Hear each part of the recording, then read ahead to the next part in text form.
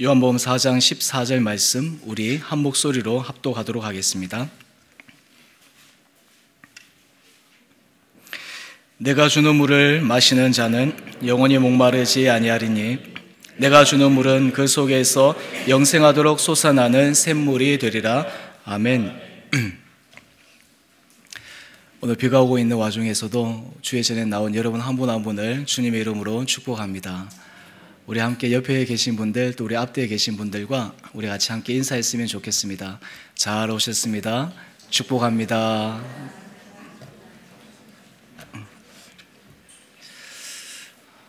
여러분 주보에 그 제일 앞에 칼럼을 보시면 제가 매주마다 이제 칼럼을 쓰는데, 특별히 이번 주에 제가 칼럼을 쓰면서 우리 성도님들의 모습을 한 분 한 분 떠올리면서 생각하는 그런 시간이 있었습니다. 기쁨으로 헌신하시고 수고하시는 우리 성도님들의 모습을 생각할 때 얼마나 제 안에 큰 감격과 벅찬 마음이 드는지 모릅니다. 또 그리고 우리 성도님들의 모습을 볼 때마다 제 안에 참 너무 감격의 눈물이 솟구치는 것들도 느낍니다. 그러면서 이 한 분 한 분들의 모습이 얼마나 아름다운지, 이 한 분 한 분의 모습이 참 얼마나 보기 좋은지 너무너무 제 안에 기뻤습니다. 그러면서 저는 이런 감동과 이런 감사, 정말 이런 감격의 눈물을 가지고 하나님 앞에서, 하나님, 우리 좋은 시학교회를 통해서 하나님께서 어떤 일을 하시겠습니까? 하나님께서 어떤 일을 이루시겠습니까? 라는 그런 기대와 그런 소망함이 더욱더 넘쳐나는 한 주였습니다. 그래서 저는 오늘 이번 주에 여러분들과 함께 하나님께서 우리 좋은 시학교회를 통해서 하실 그 일들 가운데, 특별히 예배를 통해서 우리에게 베풀어 주실, 예배를 통해서 우리에게 예배하실, 예배를 통해서 우리에게 허락하시는 그 은혜에 대해서 오늘 요한복음 4장에 나오는 예수님과 사마리아 여인의 대화를 통해 함께 은혜를 나누고자 합니다. 예수님께서는 지금 유대를 떠나서 갈릴리로 가십니다. 유대는 이스라엘 지형상 남쪽에 위치하고 있습니다. 그리고 갈릴리는 북쪽에 위치하고 있습니다. 예수님께서 지금 남쪽에서 북쪽으로 향하고 계십니다.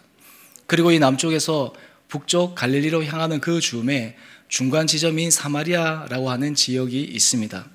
지금 예수님께서는 이 사마리아 지역을 통과하시려 합니다. 그런데 우리가 이 사마리아 지역이 어떤 지역인가에 대해서 역사적으로 좀 안다면, 예수님께서 이 사마리아를 통과하는 것이 결코 단순한 통과가 아니었다라는 것을 우리는 발견하게 됩니다. 역사적으로 보게 되어지면 이스라엘은 사울 초대왕을 더불어 이스라엘 왕정이 시작되었습니다. 그리고 다윗, 솔로몬에 거쳐서 통일왕국으로 지속되어지다가 솔로몬의 아들인 르호보암과 그리고 여로보암에 의해서 이스라엘이 남과 북으로 나뉘게 됩니다. 남유다와 북이스라엘. 그때부터 이 남유다와 북이스라엘 사이에는 갈등과 반목이 일어나게 됩니다.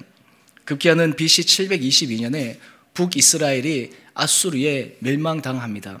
아수르에 멸망당할 때 이 아수르가 취한 정책은 자기의 자국민들을 자기들이 정복한 땅에 이주시켜서 그 정복한 나라의 백성들과 그리고 아수르의 자국민들의 문화가 함께 섞일 수 있는 융합 정책을 폈습니다. 그래서 이 아수르가 북이스라엘을 점령하고 난 다음에 많은 이방인들이 이스라엘 땅으로 들어와 거주하게 되었습니다. 그래서 이 사마리아 땅에서도 역시 이스라엘 백성들 뿐만 아니라 이방인이었던 이 아수르 사람들이 함께 섞여 살게 되었습니다.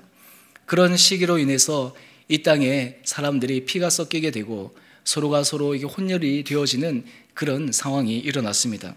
이런 것을 보면서 이 남유다 사람들은 이 북이스라엘, 특별히 수도였던 사마리아인들과 함께 상종하기를 꺼려 했습니다. 급기야 남유다도 바빌론에 멸망하고 포로로 잡혀가고 난 다음에 그들이 돌아와서 성전을 재건할 때, 심지어 이 사마리아인이 그리고 북이스라엘 사람들이 그 성전 재건에 함께 참여하기를 원했지만 이 남유다 사람들은 그것을 허용하지 않았습니다. 왜냐하면 하나님의 전인 성전을 재건축하는 데 있어서 그들이 순수 혈통이 아닌 혼혈된, 그리고 이방인들과 피가 섞인 그들과 함께 할 수 없다는 이유였습니다. 이러한 역사적인 그 사실 속에서 유대와 사마리아인들 사이에는 극심한 반목과 갈등이 일어나게 됩니다. 그래서 심지어는 유대 사람들은 그 사마리아 땅을 지나가려고 하지도, 그리고 그 근처에도 가지 않으려고 합니다. 그뿐만 아니라 그들은 사마리아 사람들과 함께 만나서 식사하고 함께 교제하는 것조차 꺼려 했습니다. 이러한 시대적 흐름 속에서 예수님께서 비단 남유다에서 갈릴리로 가실 때 중간 지점이니까 사마리아로 당연히 가시겠지라고 하는 것은, 그거는 우리의 일반적인 생각이지만 당시의 문화를 이해했을 때 거기에는 예수님께서 특별한 뜻이 계셨음을 우리는 알 수 있습니다. 그렇다면 왜 유대인들이 그토록 꺼려했던 그 사마리아 땅에 예수님은 기꺼이 가셔야만 했었던 것일까요? 왜 예수님은 유대인들이 예수님께서 그 사마리아 땅으로 들어갔다고 한다면 분명히 거기에 대해서 이러쿵저러쿵 말들을 할 것인데, 그러한 모든 것들을 감수하고서라도 왜 사마리아 땅으로 지나야만 했습니까? 여기에 대해서 사도 요한은 우리에게 왜 예수님께서 그 땅으로 가셔야만 했는지에 대한 그 이유를 우리에게 이렇게 알려줍니다. 요한복음 3장 17절의 말씀입니다. 사도 요한은 우리에게 이렇게 말씀하십니다. 하나님이 그 아들을 세상에 보내신 것은 세상을 심판하려 하심이 아니요 그로 말미암아 세상이 구원을 받게 하려 하심이라. 사도 요한은 예수님께서 이 땅에 오신 것은, 하나님께서 그의 독생자 예수 그리스도를 이 땅에 보내신 것은 세상을 심판하기 위함이 아니라 세상을 구원하기 위함이다 라고 얘기했습니다. 한마디로 예수님께서 이 땅에 오신 것은 바로 구원자로서의 그 사명을 감당하기 위함이었습니다. 그리고 이 구원자에서 이 사명은 비단 유대인들에게만 국한된 것이 아니었습니다. 모든 민족, 백성, 열방에까지 향한 하나님의 그 사랑의 마음이 바로 예수님께서 이 땅에 오신 그 구원자로서의 사명에 담겨져 있었습니다. 이러했기 때문에 예수님은 유대인들과 사마리아인 사이에 역사적인 그런 반목과 갈등의 그 문화 속에서 심지어 꺼려하는 그 지역임에도 불구하고 기꺼이 그 땅으로 걸어가셨습니다. 지금 예수님은 이 사마리아 땅을 통과하면서 수가라고 하는 지역의 한 우물가에 앉으십니다. 그리고는 그 우물가에 물을 떠러 나온 한 여인, 사마리아 여인을 만납니다. 그리고는 예수님께서 그 여인에게 나에게 물을 좀 달라라고 말씀을 하십니다. 왜 하필이면 예수님께서 이 사마리아 여인에게 물을 달라고 하는 것입니까? 어쩌면 여행 중에 목이 지금 목이 말랐어. 그리고 지금 목을 좀 추이고 싶어서 그 여인에게 물을 좀 달라고 부탁한 것입니까? 만약에 그렇다면 예수님께서 손수 직접 우물가에 가서 물을 떠서 마실 수 있었을 것인데, 왜 예수님께서 이 사마리아 여인에게 물을 달라고 부탁을 하셨을까요? 예수님께서 왜 이 물이라는 이 단어, 왜 물이라는 이 모티브를 가지고 사마리아 여인과 대화를 시도하셔야만 했었을까요? 그 이유는 예수님께서는 이 사마리아 여인이 어떠한 삶을 살아왔다는 것을 직감하셨습니다. 이 여인이 어떠한 삶의 아픔과 고통과 문제를 가지고 지내왔는지를 예수님은 꿰뚫어 보셨습니다. 예수님께서는 사마리아 여인에게 나에게 물 좀 달라라고 하시는 그 물이라는 모티브를 통해서 이 사마리아 여인에게 새로운 생명, 새로운 문제 해법을 제시하고 싶었던 것입니다. 그렇다면 예수님께서 이 물을 좀 달라고 요청을 했던 이 사마리아 여인은 어떤 사람입니까? 요한은 이 여인이 어떤 여인인지에 대해서 우리들에게 자세히 소개하고 있지는 않습니다. 하지만 예수님과 사마리아 여인 사이의 대화를 보게 되어지면 알 수 있는 사실이 한 가지가 있습니다. 그것은 바로 본문 18절에 나오는 내용입니다. 예수님께서 이 사마리아 여인에게 말씀하십니다. 너에게는 남편 5이 있었고 지금 있는 자도 내 남편이 아니다 라고 예수님께서 말씀하십니다. 이렇게 말씀하신 그 예수님의 말씀에 이 사마리아 여인은 19절에서 이렇게 반응합니다. 주여, 내가 보니 선지자로소이다. 한마디로 얘기해서 자기 사정에 대해서 예수님께 한마디도 아뢰지 않았는데 자기의 모든 과거를 꿰뚫어 보았던 그 예수님의 말씀을 듣고 이것이 참입니다 라고 하는 것을 바로 내가 보니 당신은 선지자로소이다 라고 표현하고 있는 것입니다.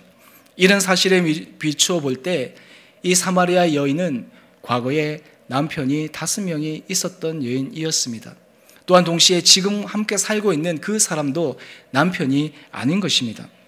우리는 이러한 사실을 통해서 이 여인이 어떠한 삶을 살아왔는지에 대해서 생각해 볼 수 있습니다. 이 여인이 어떤 과거의 경험, 어떤 삶의 아픔을 가지고 있었는지에 대해서 우리는 유추해 볼 수 있습니다.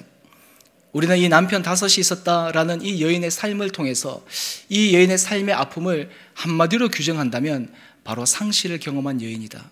그 상실을 통해서 깊은 아픔과 깊은 고통과 깊은 슬픔을 경험한 여인이라는 것을 알 수 있습니다. 먼저는 과거에 남편이 5명 있었다라는 것은 바로 남편과의 관계를 상실했다는 의미입니다. 많은 심리학자들이 통계를 통해서 우리에게 알려주는 것은 사람들이 여러 가지 일들을 통해서 스트레스를 받는데 그 스트레스 수치 가운데서 아내와 이별한다든지 사별한다든지 그랬을 때 받았던 그 스트레스 수치가 굉장히 높다라는 것을 우리에게 알려줍니다. 한번 그러해도 인생을 살아가기가 어렵고 힘들고 그 기억에서 헤어나기가 쉽지 않은데 이 여인은 한 번이 아니고 2번도 아니고 3번도 아니고 무려 5번이나 이 남편과의 관계를 상실했던 그 경험을 가진 여인이었습니다. 어떻게 보면 우리가 상상할 수 없는 이 관계의 상실의 아픔을 경험한 여인이었습니다. 그 상실의 아픔은 이루 말할 수 없는 고통이었을 것입니다. 슬픔이었을 것입니다. 어느 누구도 그 마음을 헤아려 줄 수 있는 사람은 아무도 없었을 것입니다. 그뿐만 아니라 그는 지금 현재의 남편조차도 자기의 남편이 아니다라는 것을 통해서 그는 정말 이 관계를 통해서 오는 깊은 정멸감과 낭망을 느끼고 있었습니다. 2번째로 이 남편이 5이 있었다라는 이 말 속에서 이 여인의 과거의 삶에 아마 절망적인 경제적 상실을 경험했을 것이다 라는 것을 우리는 미루어 짐작해 볼 수 있습니다. 요즘은 여성의 인권이 많이 향상되어지고 여성도 일을 할 수 있는 기회가 주어지고 경제 활동을 할 수 있는 그런 여건이 되어지지만 여러분들이 잘 아시는 것처럼 당시 고대 사회에는 여성의 경제 활동이 지극히 제한적이었습니다. 여인이 살아갈 수 있는 방도는 바로 부모를 통해서거나 아니면 결혼한 남편을 통해서였습니다. 이 여인이 지금 5번이나 남편을 잃었다, 남편과의 관계가 상실을 경험했다라고 하는 것은 바로 그의 삶 가운데서 극심한 경제적 상실을 경험했을 것이라는 것을 우리는 충분히 미루어 짐작할 수 있습니다. 어떤 이유로 그 남편의 관계가 상실되었는지는 모르지만 그 관계 속에서도 극심한 경제적인 문제를 경험했을 수도 있고 또 그리고 남편과 헤어지고 그 다음 남편을 만나기 전에도 그가 얼마나 심한 경제적 상실을 경험했을까 우리는 미루어 짐작해 볼 수가 있습니다. 우리가 삶을 살아가면서 이 경제적 고통이라고 하는 것은 참으로 큽니다. 어떤 의미에서 이 돈이 목숨과 같은 것인데 그것이 우리에게 사라졌을 때 그런 상실을 경험해 보지 않은 사람은 그것이 얼마나 고통스러운지 잘 모릅니다. 그래서 어떤 사람들은 자기가 가지고 있는 그 재산이 날아갈 때 심지어 자기의 목숨을 버리기도 하는 극단적인 선택을 합니다. 심지어 자기에게 얼마만의 재산이 있다 하더라도 이전에 그 많던 재산과 비교해서 그 극한 경제적 상실감으로 인해서 사람들이 또한 극단적인 선택을 하는 것도 우리는 알고 있습니다.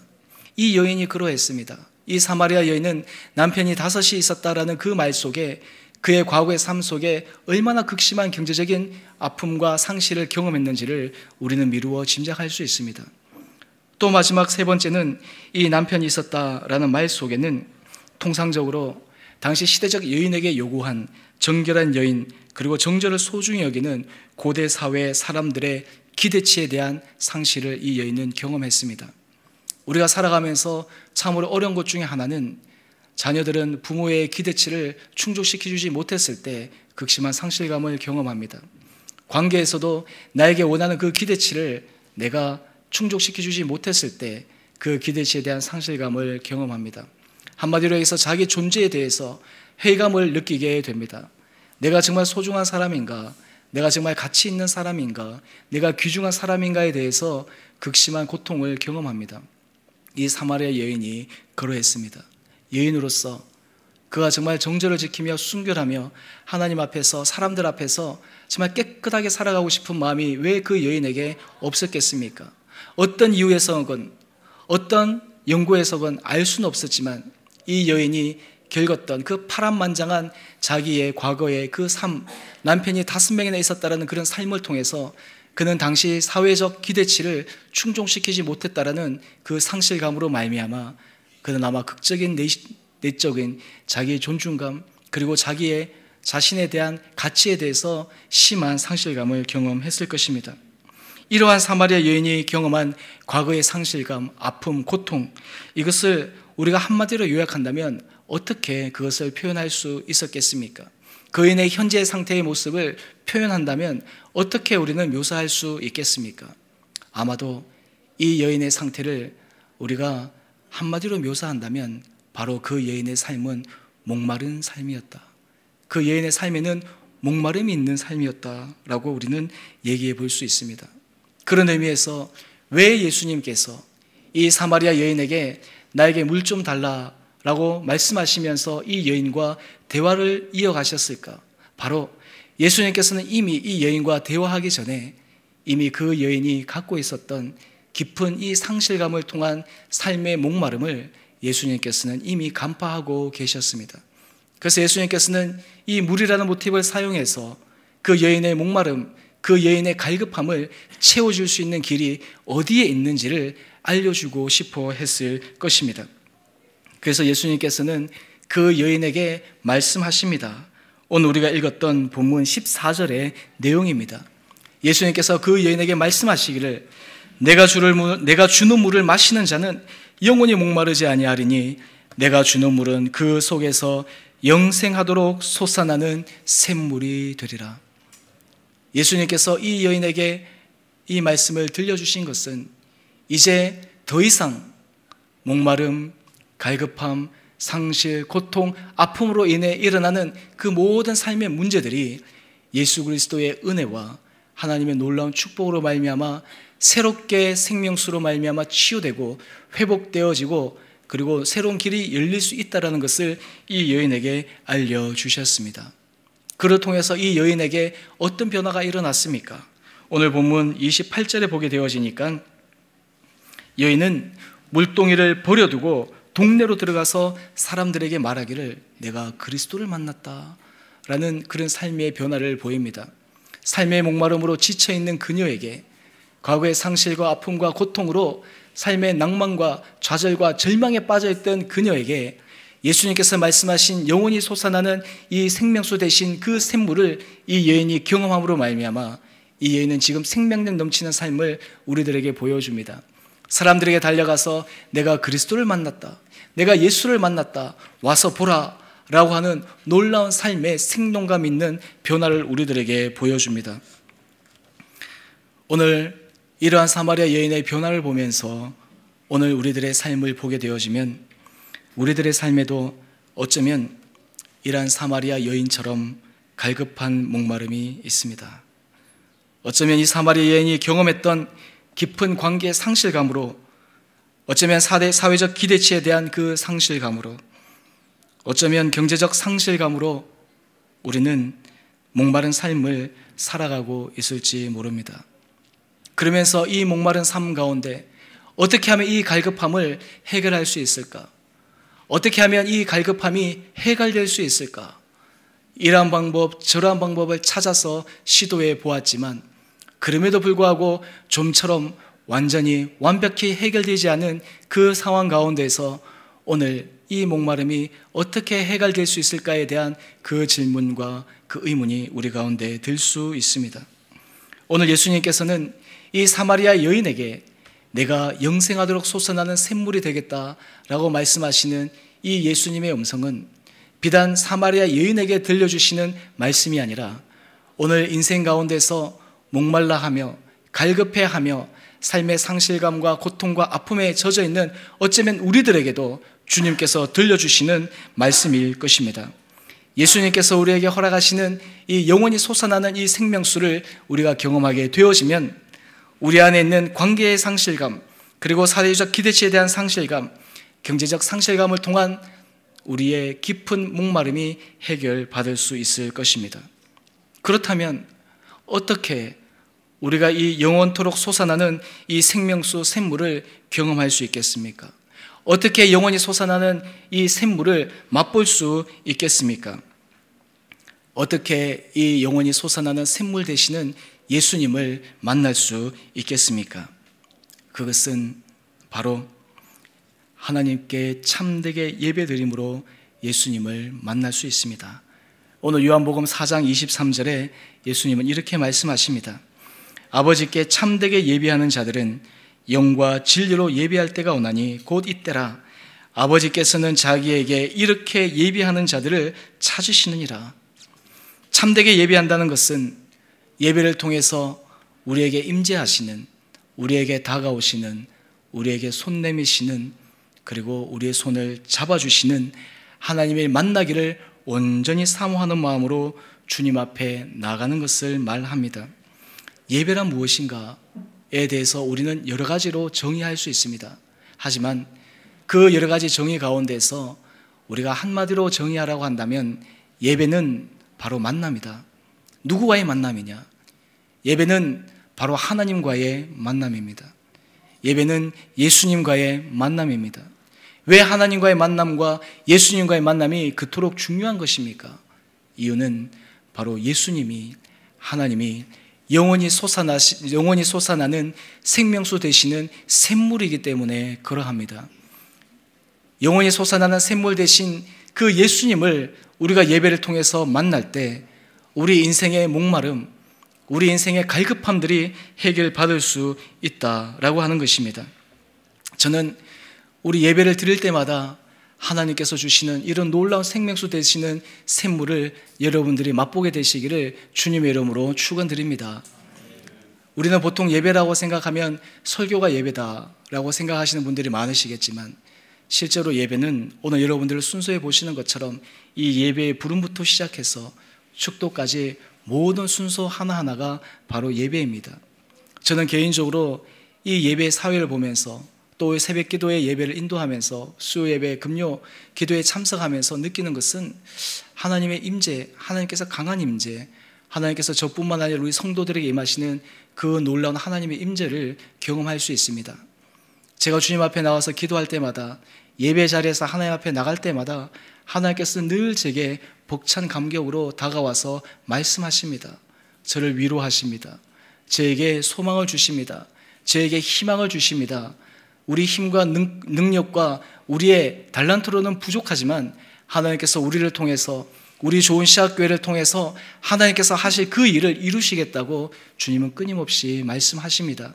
때는 우리 마음속에 실망감과 때는 우리 마음속에 어떻게 해야 되는가라는 불안감이 있을 때조차도 하나님께서는 예배드리는 우리들에게 찾아오셔서 내가 너와 함께한다. 너는 내 것이다. 내가 너를 사랑한다라는 그 말씀을 통해서 끊임없이 우리에게 영원히 솟아나는 샘물이 되어 주십니다. 그렇기 때문에 예수님께서 우리들은 끊임없이 하나님 앞에 예배 자리로 나오기를 원하십니다. 우리가 일주일에 한 번씩 온 성도들이 모여서 1부, 2부 예배에 이렇게 예배를 드리는 것은 바로 하나님을 만나는 것입니다. 하나님을 경험하는 것입니다. 이 시간들을 통해서 우리가 일주일을 살아갈 수 있는 영적인 생명력을 받게 되어집니다. 그뿐만 아니라 하나님께서는 우리가 각각 여러분들이 소그룹으로 모여있을 때도 함께 예배드리기를 원하십니다. 왜냐하면 두세 사람이 내 이름으로 모인 그곳에는 나도 함께 하겠다라는 그 주님의 말씀처럼 우리가 소그룹으로 모여서 하나님 앞에 예배드릴 때 우리는 하나님의 임재를 경험할 수 있습니다. 우리를 치유하시는 하나님을 만날 수 있습니다. 우리를 회복해 하시는 하나님의 놀라운 능력을 경험하게 되어집니다. 우리 안에 있는 상실감, 우리 안에 있는 아픔, 우리 안에 있는 고통, 우리 안에 있는 슬픔들이 우리의 예배의 자리에서 하나님께서 우리를 치유하게 되시는 것을 경험할 수 있습니다. 또한 하나님은 우리 혼자서 주님 앞에 예배의 자리로 나가기를 원하십니다. 여러분들 하루에 눈을 떠서 새벽 기도에 나와서 하루를 시작하시든 아니면 여러분의 처소에서 일어나서 하루를 시작하시든 그 시작이 예배로 시작되기를 원하십니다. 왜냐하면 그 자리에서 하나님은 여러분들을 만나기를 원하시기 때문입니다.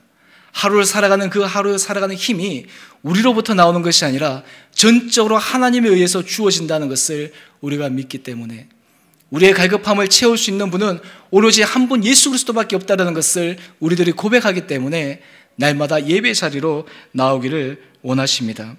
저는 바라기는 우리 좋은 시학교의 성도님 한 분 한 분들은 날마다 예배 자리에 기쁨과 즐거움으로 나가게 되시기를 간절히 소망합니다.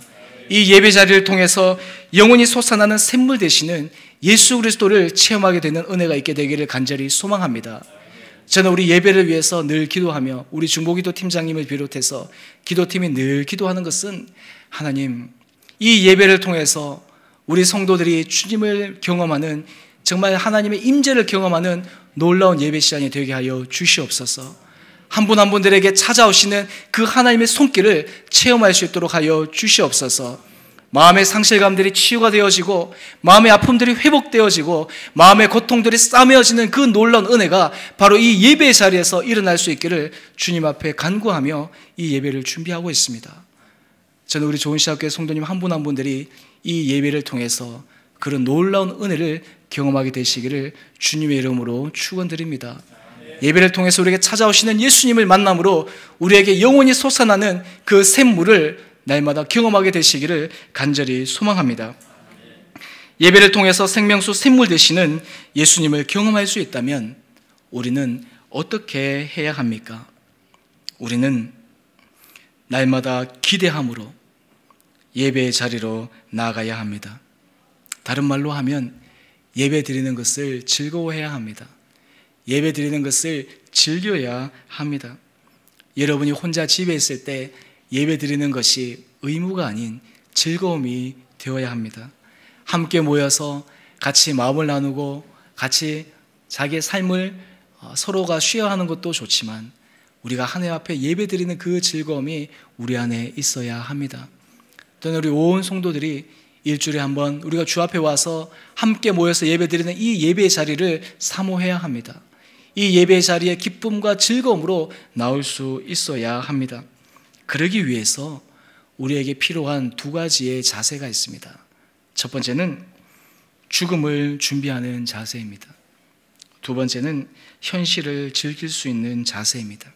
이 두 가지 자세는 중세 신앙인들에게 있어서 신앙의 모토가 되었던 그런 자세입니다. 죽음을 준비한다는 것은 도대체 갑자기 무슨 말씀인가? 왜 목사님이 지금 예배 자리에 기대함으로 나가라 그러는데 왜 죽음을 준비하는 자세를 가지라고 하는가? 라고 여러분들이 생각할 수 있습니다. 죽음을 준비한다는 것은 이러한 의미입니다. 언젠가 우리가 하나님 앞에 서게 될 것입니다. 언젠가 우리가 하나님을 만나게 될 것입니다. 그 때가 언제인지 여기 앉아있는 여러분들, 저는 아무도 모릅니다. 그렇기 때문에 오늘 하나님께서 이 하루를 주신 이 하루를 우리는 최선을 다해서 성심성의껏 낭비함이 없이 충실하게 살아갈 수 있는 그런 마음의 자세를 가질 수 있습니다. 우리가 죽음을 준비하는 자세를 가지지 않으면 하루하루 주어진 이 삶, 이 시간이 얼마나 소중하고 얼마나 가치 있고 얼마나 귀중한지를 우리는 잃어버리게 됩니다. 그래서 우리에게 주어진 이 소중한 시간을 소중하게 써야 되는데 그 소중한 시간을 소중하지 않게 쓰는 그런 안타까운 현상도 생깁니다. 우리가 이 죽음을 준비하는 자세를 가지게 되어지면 우리는 하루의 시작을 예배함으로 시작할 수 있습니다. 우리가 모일 때마다 예배함으로 하나님께 나갈 수 있습니다. 우리가 일주일에 한 번 정말 온 성도들이 전심전력으로 예배함으로 하나님께 나갈 수 있습니다. 왜냐하면 언제 우리가 하나님 앞에 설지 모르기 때문입니다. 두 번째는 즐기는 자세입니다. 우리들에게 있어서 그냥 죽음을 준비한다, 그것을 생각하기만 하면 삶이 무거워집니다. 삶이 뭔가 이렇게 쭉 내려앉는 그런 느낌이 들 수도 있습니다. 무거운 짐이 우리 안에 들게 된다는 그런 느낌이 있습니다. 하지만 그렇게 하나님께서는 우리가 살아가기를 원치 않습니다. 하나님 우리의 주어진 삶 가운데서 즐겁게 살아가기를 원하십니다. 주어진 삶 가운데서 기쁘게 살아가기를 원하십니다. 예배의 자리가 의무의 자리, 예배의 자리가 반드시 해야 되는 그러한 짐의 자리가 아니라 이 예배의 자리가 즐거움이 될 수가 있습니다. 여러분 하루하루 살아가는 그 삶의 순간순간이 최선을 다하지만 그 순간순간을 즐길 수 있습니다. 때로는 우리가 기뻐하는 가운데서 즐길 수가 있고 때로는 고통 가운데서 때로는 아픔 가운데서도 그것을 즐길 수 있는 마음의 여유가 생길 수 있습니다. 하나님은 이러한 두 가지 자세를 통해서 끊임없이 우리가 하나님 앞에 설 그날을 생각하며 오늘 하나님께서 이 소중한 하루 주신 것을 생각하며 즐거워하는 마음으로 살아갈 때 하루하루의 삶을, 일주일의 삶을 예배로 온전히 나갈 수 있는 그런 은혜가 저에게 있기를 원하십니다. 그렇기 때문에 하나님은 우리가 기대함으로 예배의 자리로 나오라고 하십니다. 우리의 인생의 갈급한 목마름은 우리의 힘으로 해결할 수가 없습니다. 우리의 의지로 해결할 수가 없습니다. 우리의 능으로 해결할 수가 없습니다.